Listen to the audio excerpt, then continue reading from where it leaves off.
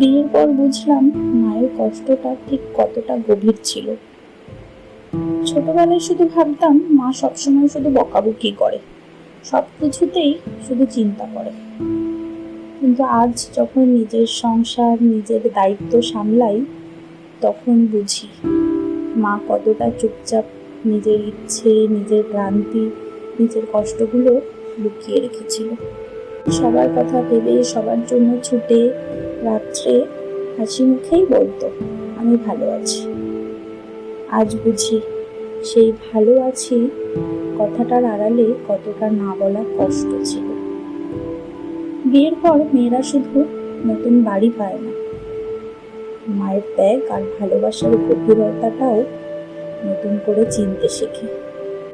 মা, তোমার মতো হতে পারবো কিনা জানি না, কিন্তু আজ তোমাকে আগের চেয়ে অনেক বেশি বুঝি আর অনেক ভালোবাসি।